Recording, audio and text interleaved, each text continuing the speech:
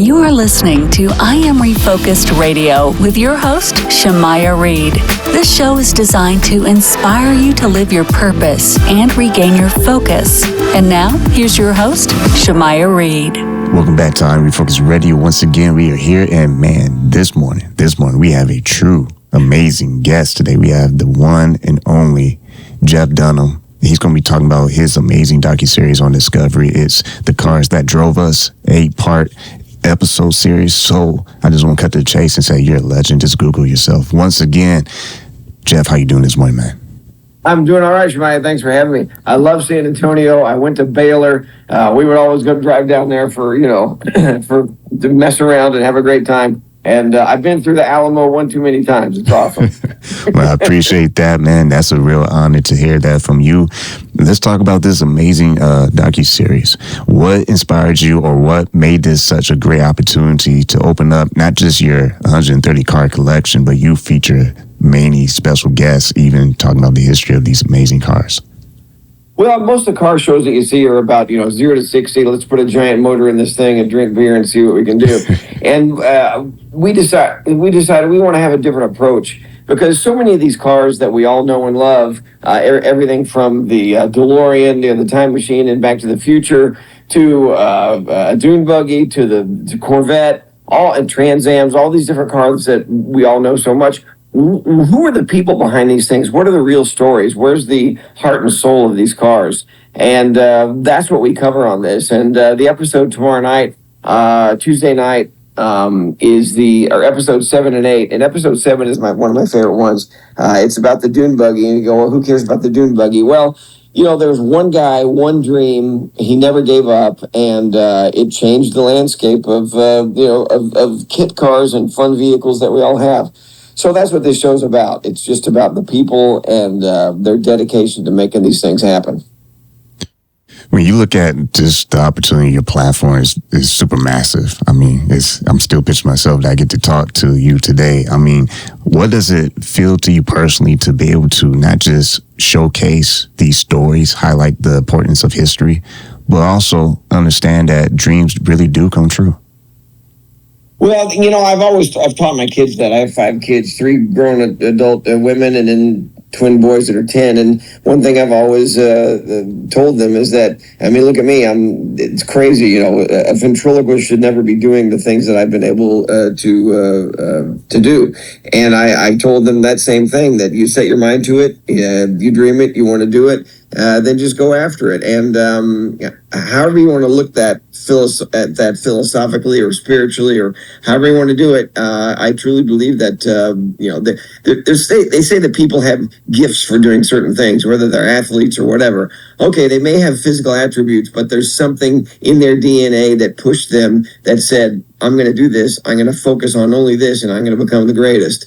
And that's kind of how I've kind of approached my career, and how I try and teach my kids, find one passion in life. And then I really do feel that many of the episodes, that's what we found. Jerry Weigert, the guy that designed the Vector, which was the truly first American supercar. That's what he did. He pursued that for decades and decades, achieved it, but then it all kind of fell apart at the end. And some of those stories are poignant and sad at the end, but it's amazing to watch people do exactly what you said, that they put their heart and soul towards something and they achieve it.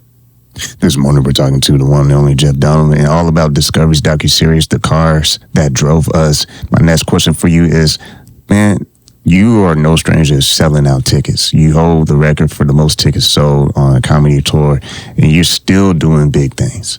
I mean, what keeps you driven and inspired to keep going? Everybody has to have a job, and if you can go to work, if you can find something that you can do that you love doing, why not? And, somebody asked Leno, they said, when are you going on vacation? He goes, vacation? Let me get this straight. So I get on a private plane, I fly somewhere, I get off the plane, I walk on stage, I talk for an hour, I get giant laughs, I get a standing ovation at the end, I walk off the stage, they hand me a big check, I get on the plane and I go home. where's the downside? What part of that do I have to take a vacation from? Right. So it just, I love getting on stage. It's not the money. It's not that. The travel is a pain in the neck. I don't like being away from the family. But after those first 8 seconds on stage, when the butterflies go away, and yeah, you get nervous every single night, you better, or that means you don't care. After the first laugh, then it's just, there's no better playground than being on stage and helping people forget their problems for a while and make them laugh. And, the stories that I get from people saying, you really helped me through, whatever sickness. I watched your tapes or the videos, and that's what keeps me going, Shemaiah. It's the fun of it all and seeing how much joy and happiness it brings other people. And then at the end, hopefully if you do something well, there's money after that. Right. Once again, one more quick question before we go, Jeff, and that is for the viewers when they watch this amazing docuseries. What's one thing that you hope that they will take away after seeing not just the rich history, not just the rich storytelling, but also the possibility of the American dream? Yeah, the possibility of the American dream, that's for sure one of the things. But also a little bit simpler is the appreciation for that amazing thing that you're sitting in and driving everywhere, because they are amazing artistic and mechanical achievements. Just the mechanics that go behind making, what we're driving today. When you buy a brand new car today, 20 years ago was science fiction. So maybe it's just an appreciation for the design and the people that were behind these amazing things that we take for granted today. We've been talking to Jeff Dunham and all about the docuseries, The Cars That Drove Us, available on Discovery. Like always, I want to say to you, thank you for your time. Shemaiah, thank you. That was great. I appreciate the time.